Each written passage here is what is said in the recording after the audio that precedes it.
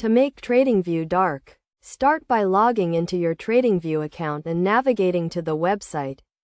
Once you are on the home page, click on the profile picture icon located at the top right corner of the screen. This will open a drop-down menu with various options. From the drop-down menu, select the Settings option. This will take you to the User Settings page where you can customize your Tradingview experience.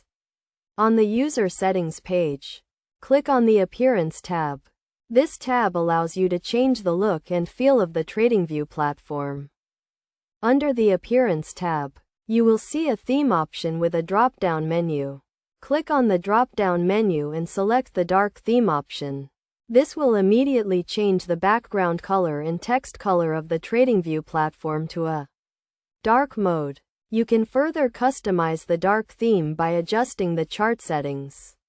To do this, click on the Charts tab and select the dark option from the Chart Theme drop-down menu.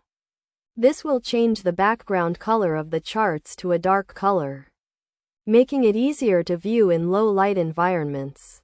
In addition to changing the theme, you can also customize the font and color scheme of the Tradingview platform. To do this, click on the Font and Color option under the Appearance tab.